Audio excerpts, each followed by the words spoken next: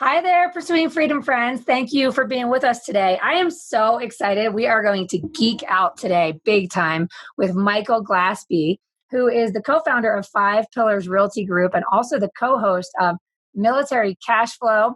He's got a book on the way. He is also a real estate investor with over 40 doors.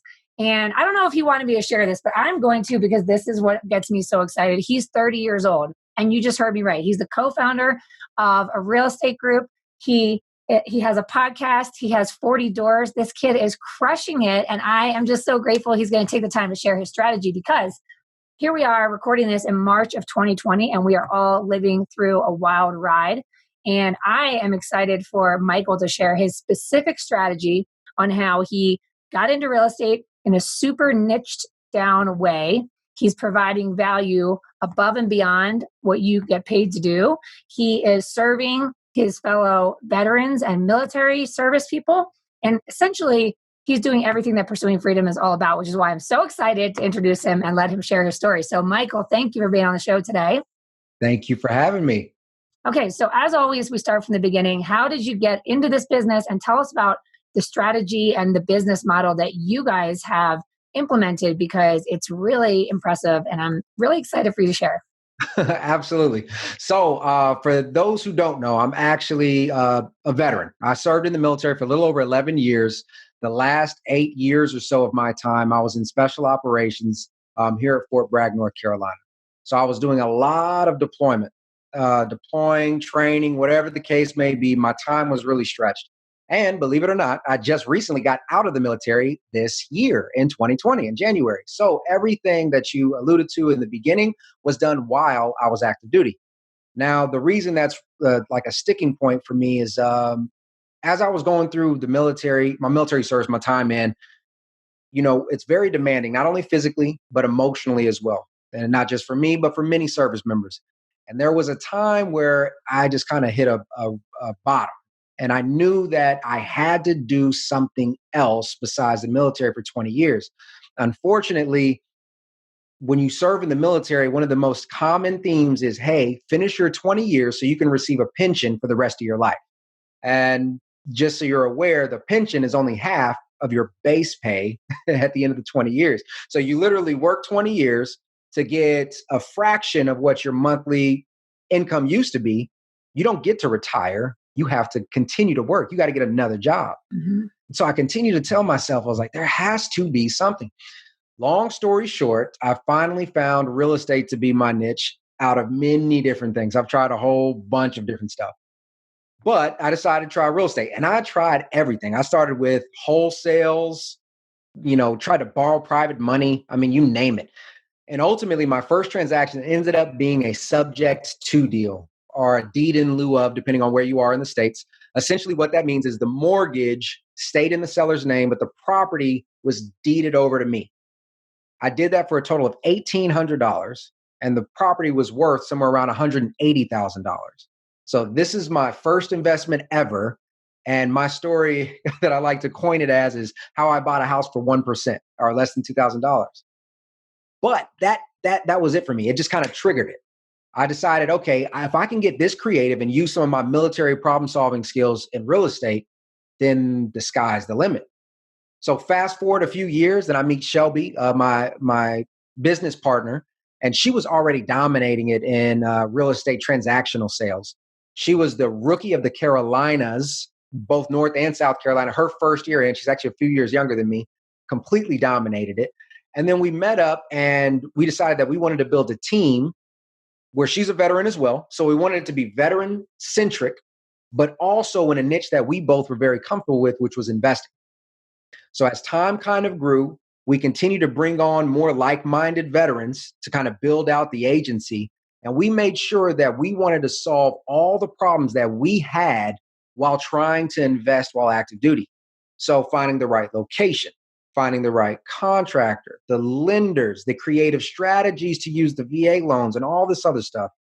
And we really kind of honed in on that niche. And what we found over time was by finding that specific niche and kind of catering to an investor, what we ended up doing was creating a repeat customer. And so where we started to do a lot of volume with the same client. So ultimately, the business model came out of a place of frustration for us, ended up becoming this recession proof, repetitive model that truly could just happen anywhere. As long as you know how to change and adjust your investment strategy, it doesn't matter what market you're in. If you find an investor client, then you can service a repeat customer. And that brings us here to today. Okay, so I have a lot of questions for you. Okay, first and foremost, you mentioned that you bought this one property and then fast forward a couple of years, you met Shelby. So what was happening during that time? Were you Yeah. doing fix and flips? Were you doing buy and hold rental properties? And what was your real estate involvement before you and Shelby decided to partner up and serve this target market? Yeah, so I did a lot of failing is what I did. So I got that first one and as most people do, you have this great first success and you just get a little bit overconfident. And so I just hit the ground running. I started to try to wholesale deals. I failed a lot of them. One in particular, I went in and I paid $1,000 down as my earnest money, if you will, or my promise to pay. We got this contract from the seller and I went to try to find a buyer, could not find a buyer, had a price wrong, everything. Well, the seller's brother was living in the property. I had asked him to pack up and move out so I can help present the property, show the property. Well, he did. He moved out. He was homeless afterwards. And I deployed halfway through my contract with the seller. So I lost the money. I ended up pushing somebody out the house that didn't never needed to leave, and I never found a buyer. It was a lot of lessons learned there. Beyond the money, I learned that if you lose rapport in this industry, that's going to be a lot more painful. So many different wholesales back and forth. I finally had some successful ones. I started to do some creative financing with my VA loan. I did a VA live-in flip. So I essentially bought a VA foreclosure with my VA loan, so zero money out of my own pocket. Moved in, painted it up, fixed a few things that I had that I could control, and outsourced a few other things.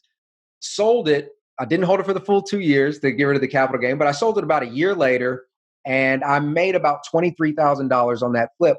And the only reason I disclosed the amount that I made is because I actually looked at the HUD and I saw how much that my realtor made. And I paid Hmm. my realtor almost $12,000 for that sale. That's the day I decided to get licensed because if I was going to continue to invest, I might as well, retain a lot more of my profits. A lot of different investing back and forth there. I bought some out of state turnkey properties to kind of learn what that process looked like. What is the complete product that an investor is going to buy if they're out of state or long distance?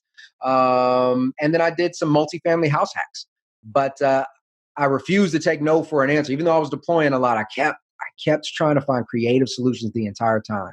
So it was a very interesting 2 or 3 years from that time. Yeah. So then when did you guys found Five Pillars Realty Group? Actually, the January of 2019 was our first month in existence, and we actually did a little over 130 transactions. And a little over 19 million in sales volume out here in our first year. But our first like 2 or 3 months, I think our first month we closed maybe two properties together, right? And then the and then the next month I think it was like three properties. So it was a very very slow progress, and then it kind of went from there. As I mentioned, Shelby was doing it by herself the whole year prior, 2018. She was dominating it as an agent, and I was primarily focusing on investing. And so, in a very short time, we kind of grew to where we are now. Okay. So there's a lot to dig our teeth into here. So now talk to me now. That's a lot of volume, first of all, for your first year as a brokerage, a team, or whatever you want to call it. It's a lot of business.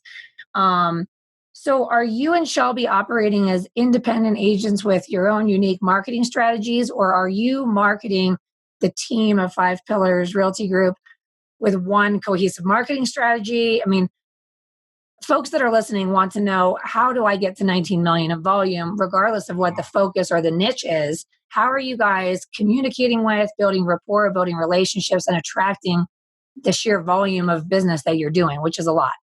Perfect. So, to kind of rewind that, the way that we structured the business model is something where we can create a brand or create an image or a meaning or a vision that can attract the proper audience and the proper clientele.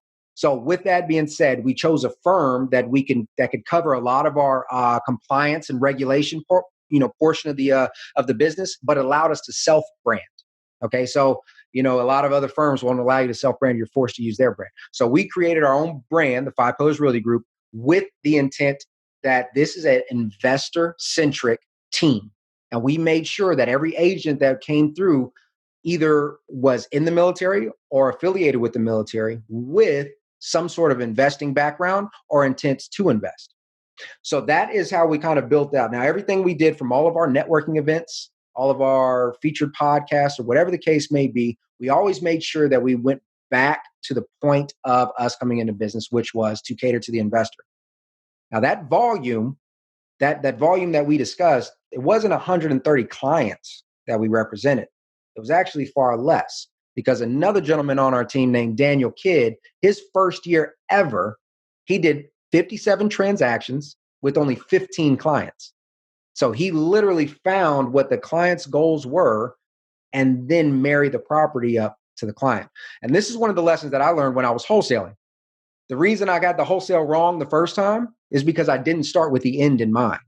If I had an end buyer and I knew what my buyer's criteria was, I could have easily known that would have never been a good deal for me. Well, we do the same thing with our clients here on the real estate side. We make sure that we consult with our clients, and they go through a very, very thorough screening process, because we want to make sure that they have defined their own criteria.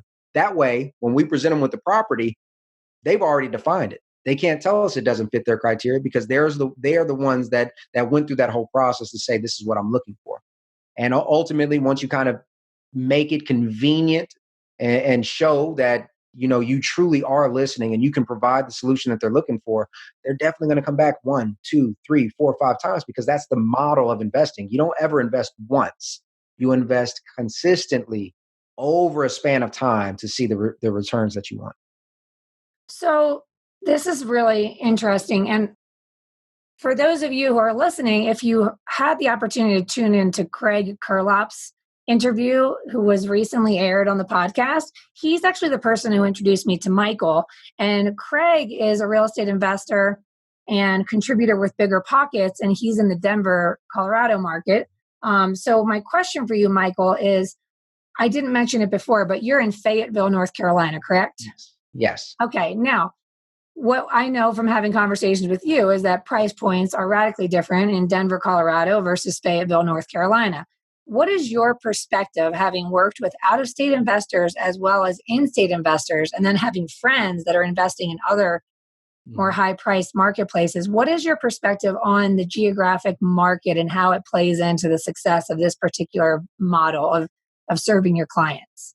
So I think that the geographic, the portion, when you're looking at your investor client, geography is one small component.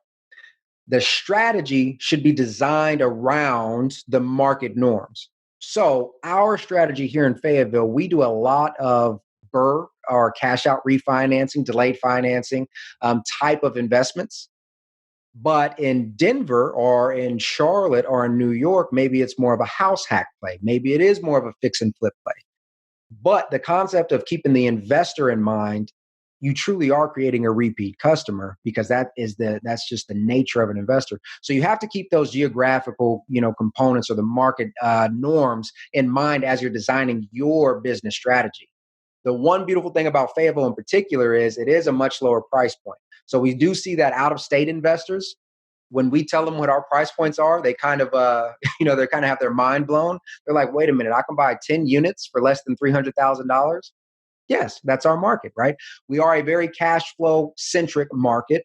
We do not see a lot of appreciation.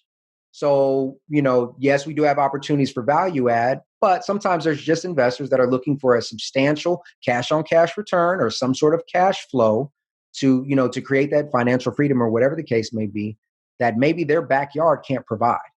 And when you find a market like this, where the price points are right and it's very stable because of the military community, it's almost like a no-brainer. Okay. So talk to me specifically about how you have been able to expand your reach to the out-of-state investor like myself, because Tony and I are planning on investing with Michael, and we're really excited to get the ball rolling. And I'm sure you're probably thinking the same thing. If you're listening, is how do I get in touch with Michael? Because I want to be cashing in on this amazing opportunity. But how did you go about expanding your reach out of your own market? Because that is something else that I think is fascinating, as most realtors tend to be pretty geographically confined, if you will, and aren't necessarily tapping into those buyers that are out of state and out of region. How did you go about growing the brand on such a large scale? So that I have to lean heavily on Shelby. She had done so much legwork as far as voicing what was going on, what was happening with the team. She was on many different podcasts. She's well known. She got made popular, if you will, off of a post I believe she made on Bigger Pockets with her holding a book. Now, I can't remember exactly how it played out, but before that, she got in touch with Matt Fairclough. And then she talked with Matt and Justin Frazier, his asset manager. And then they came down and we met the team. And then from there, we just continued to grow with our relationships with some more people in the community. But we also network, and network is heavy. One thing that we do as a team is we hold each other accountable. So me and Shelby started it, but Daniel Kidd is absolutely a foundational member of the team. But us three, we always go out to networking events. We always go out to, and it doesn't matter. It doesn't have to be local. It can be across the country. It could be the Bigger Pockets Conference. It could be, whatever the case may be. But when we go there, we go with an intent. We go with an end state, right? So it says, for me, my goal is to leave here with 20 private money lenders. Dan's may be, I'm coming to leave with 10 new clients. Shelby may say, I'm looking to leave with 20 new strategic partners, for the future. But by expanding your network and constantly pushing out, expressing the message, trying to problem solve for others, you kind of just organically grow. But she was definitely the founder for that. She definitely led the charge on that. So I would definitely give her the credit. But now it's just it's almost organic by nature with the team. We're constantly looking to provide value and just help whoever we can.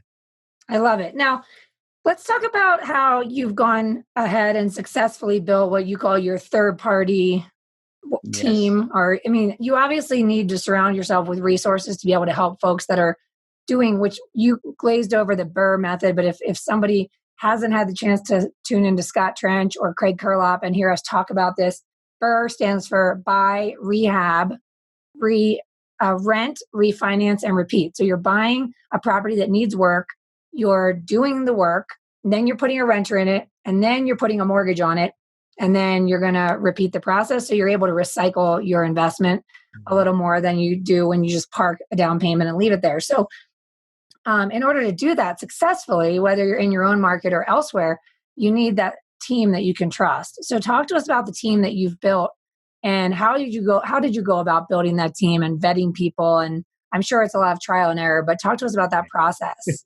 Yeah, it was a lot of trial and error. You hit the nail on the head. So I actually traveled around to multiple different property managers. That, for me, that was the first thing that I needed. As I started to acquire properties, doing what I was doing, I was gone a lot. I needed somebody to be boots on the ground, if you will, to manage my properties. So I started off and I've interviewed multiple property managers. And ultimately, we finally found one that hit all of the key points.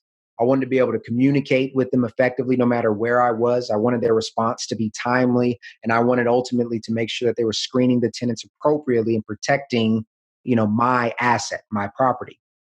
So once we found them, to me, that was the most pivotal piece, because we were also going to be sending clients that way, right? We needed somebody that had a good reputation. They didn't have to be a big name, but they just had to be good, trustworthy, and honest businessmen and women.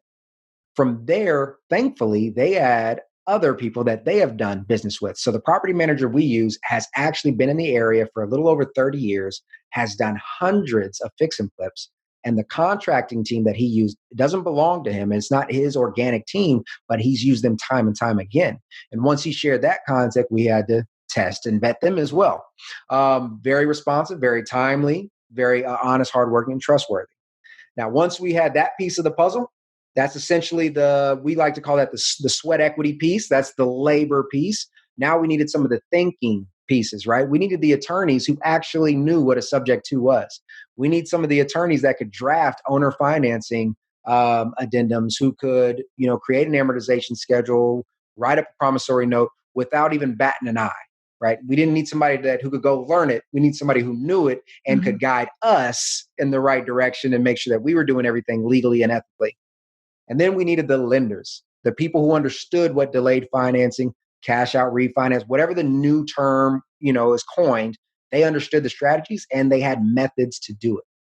One of the biggest deciding factors, if we were ever going to work with any of our third-party partners, strategic partners, whatever the case may be, is if they told us no, we would walk away. If we ever went to them and said, hey, can we do a subject to on this? And they said no, to me and to my team, that means they were either lazy or they were ignorant. The question should have been yes, or I'll figure out how, right? Because there's always a how. And it may just be a new term. It may be a slightly different deviation from what we originally thought, but there is always a how to get it done. And as long as we continue to surround ourselves with strategic partners who think that creatively, we're going to always be able to create a solution for our clients. Oh my gosh, I love that so much, because it's so important, especially in the lending world, to have that mindset of, if I don't know how to do it, I'm going to figure it out. Even if that means I'm going to go do the research to find another lender that can do it if I can't do it. Like, it's about problem solving first and foremost, and that's where you build the trust. Exactly. So I love the fact that you guys have a hyper focus, what you're doing by having what I say, like, I got a guy for everything. I mean, that's specifically the strategy outlined in the Pursuing Freedom books, which is why I was just in love with what you guys are doing right out of the gates. And then on top of that, you're surrounding yourself with people that are smarter than you in the areas they need to be smarter than you, right? And like you said, not hiring somebody who's going to go learn it, but somebody who's already got the expertise to guide you through the heavy lifting on the areas that you're not supposed to know how to be good at. So my next question is, what has your experience been like personally investing out of your marketplace? Mm-hmm. So what's it been like for you investing outside of Fayetteville or out of state?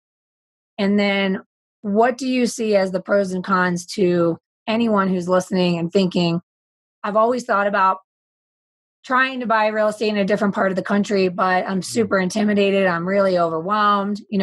You've done it personally, and then you serve that target market. So you've got the inside scoop on that. So can you walk us through any kind of insight you have to the nuances that make that, more difficult, more challenging, or how you make it easy for your own clients? Absolutely. So that's we actually have this discussion a lot with our clients. So the first thing I would ask any of your listeners is to simply ask yourself, do you want to be a real estate investor, or do you want to invest in real estate? And what I mean by that is, if you want to be a real estate investor and actually be the one swinging the hammer, going out, driving by properties and everything else, you truly can't do that out of state. You have to do that in your backyard. But if you know that real estate is an investment vehicle where you want that return, that cash flow, that return on investment, whatever it is, then use it for that and look at it that way. If you cannot achieve the returns that you're looking for in your backyard, you're going to have to do it from a distance, period. My experience was, for me, very specifically, the reason I had invested out of state to the market that I did was because I wanted to see that process. It was with a turnkey company, full disclosure. So they bought it. They've had the property, their own inventory. They did the rehab. They sold it to me at market value, essentially, and they provided a tenant for it that exceeds 1%. So I got to see the whole entire process, scope of work, everything. What I learned, what I value, is communication at all times. So if the rent's late, why? Right? If something's wrong with if I get an invoice for repair, why? I value communication. So we made sure that we kind of covered all of those friction points that we saw out of state as well. Shelby owned property in another state when she was stationed there, and before she moved over, same thing there. The same way that she manages that, she wanted to make sure that we handled all the friction points on this side.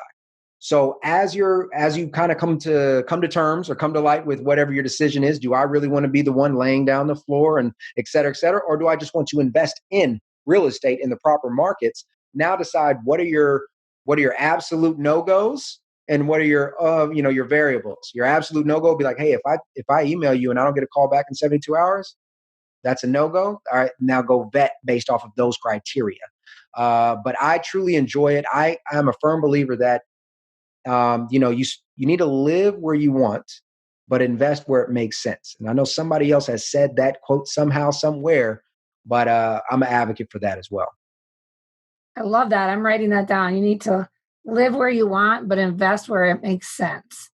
I also feel like you just hit the nail on the head when you said I value communication. I mean, I think we all do, but when you say it out loud like that, I just think it really brings to light that we're in an industry that has a million moving parts.